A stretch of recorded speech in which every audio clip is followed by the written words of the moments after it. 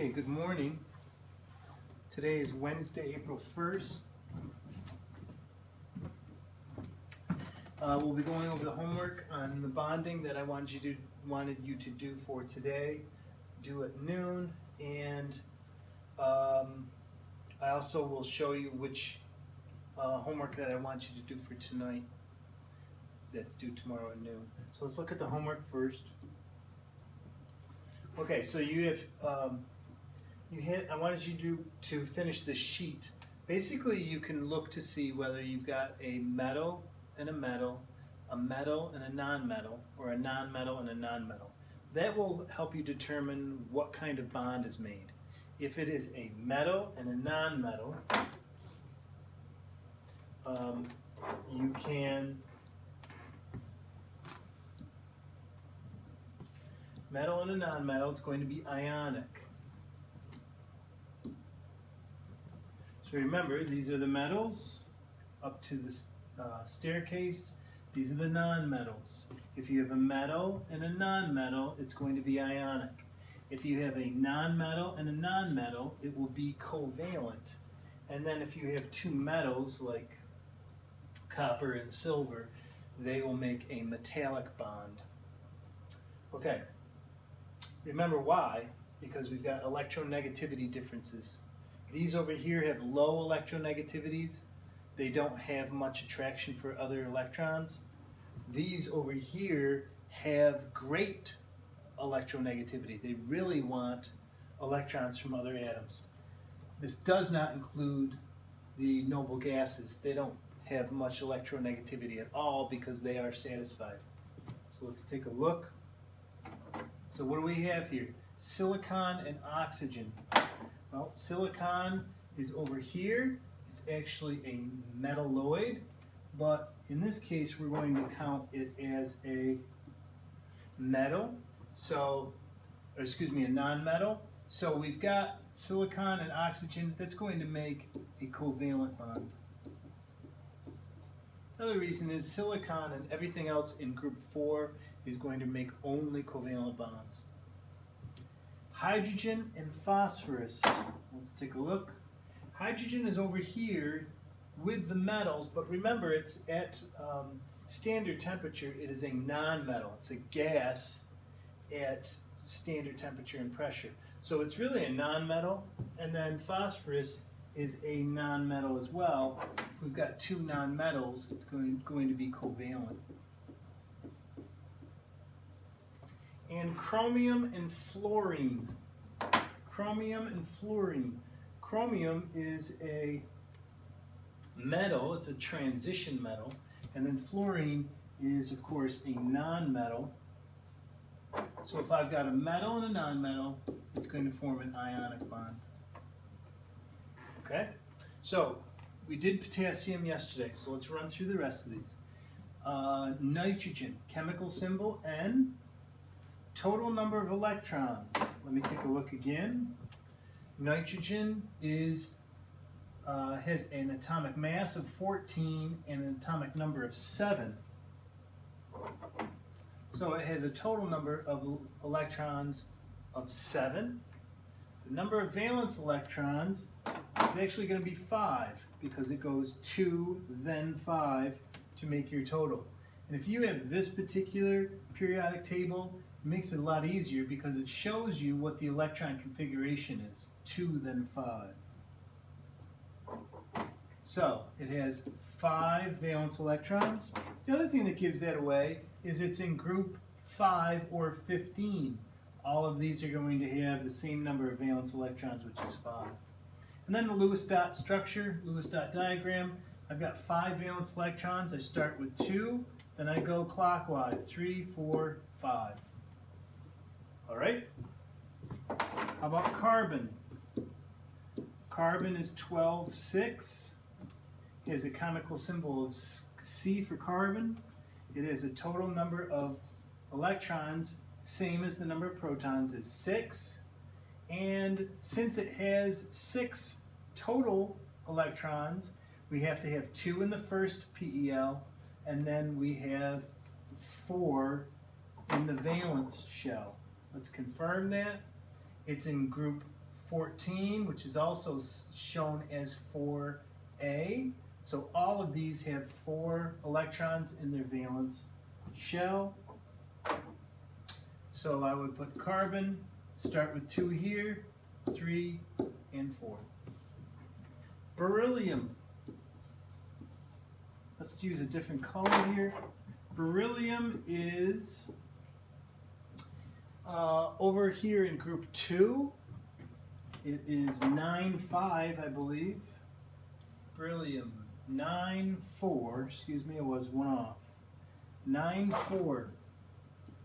Atomic mass of 9, atomic number of 4. Here's beryllium, Be.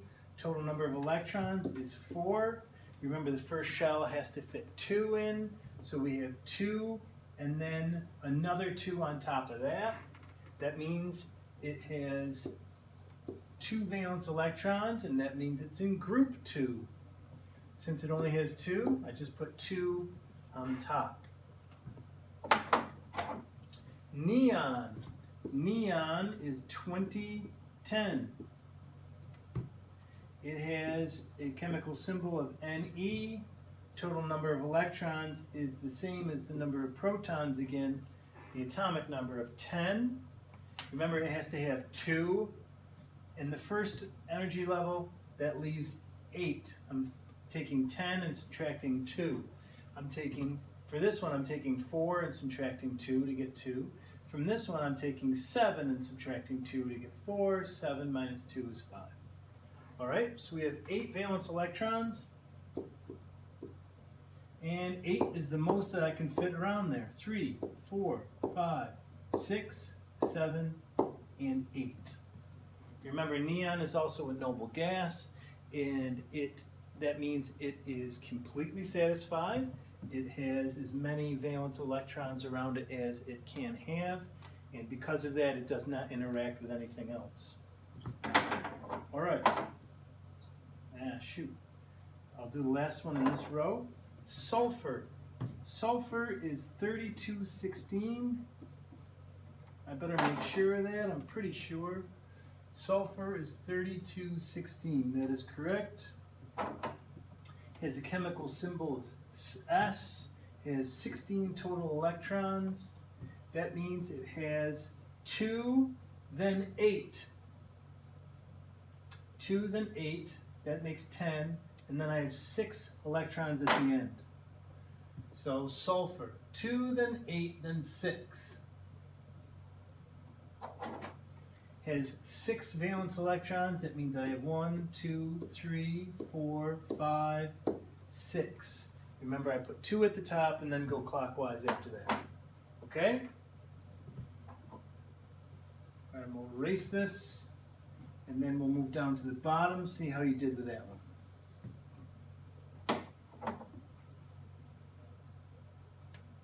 All right, we did the first one.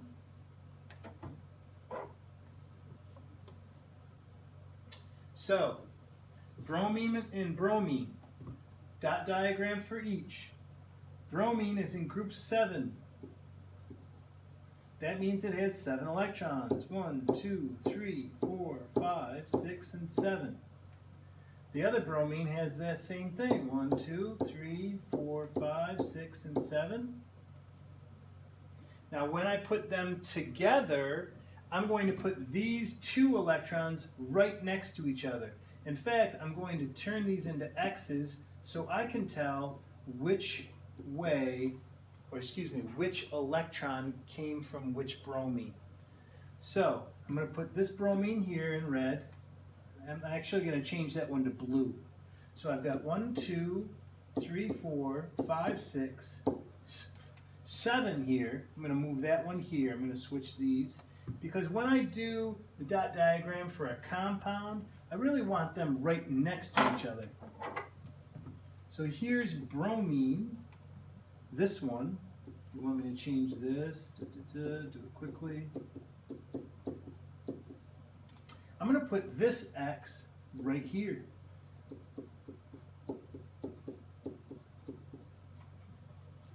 So, bromine and bromine, 2 nonmetals. That means there is there's going to be a covalent bond between them. There's no difference in electronegativity at all. So this is what we would call a nonpolar covalent bond. So each of these now has 8 electrons. 1, 2, 3, 4, 5, 6, 7, and then there's this one's sharing this one. The red one, 1, 2, 3, 4, 5, 6, 7, and it's sharing that one. That's 8 for each one of them, making it most stable. How would I draw this? I would just draw a bromine and a line and a bromine. Remember that that line indicates that it is a pair of electrons that is being shared. Okay, magnesium and oxygen. Here's magnesium. Magnesium is in group 2. And here's oxygen. Oxygen is in group 6. 2, 3, 4, 5, 6. I'm going to do the same thing here. I'm going to do the same thing. However, this is a metal and this is a non-metal. Because of that, oxygen is over here. It's right next to fluorine. That means it really wants electrons. So it has a high electronegativity. So what's going to happen here is that the oxygen is actually going to pull the electrons right off of magnesium. And you can see here that that's a positive 2. That means it must lose 2 electrons.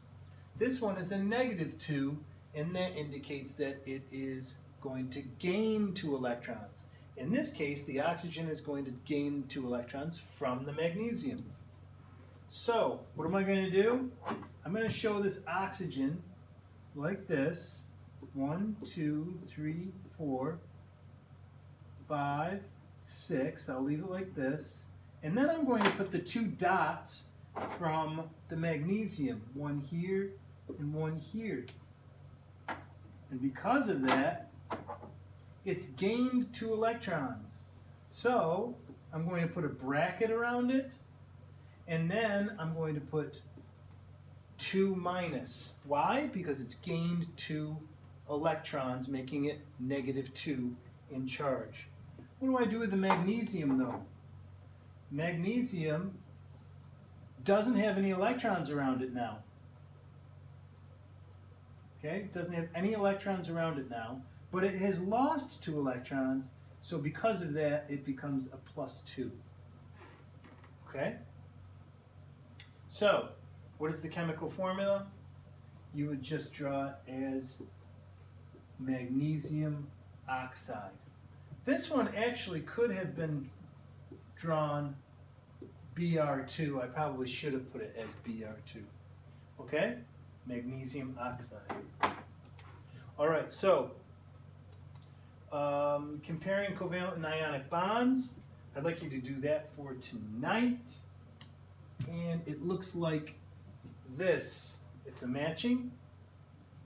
I will post it on the Google Classroom in case you misplaced it, and then you can fill it in and take a picture and then send it back to me in Google Classroom.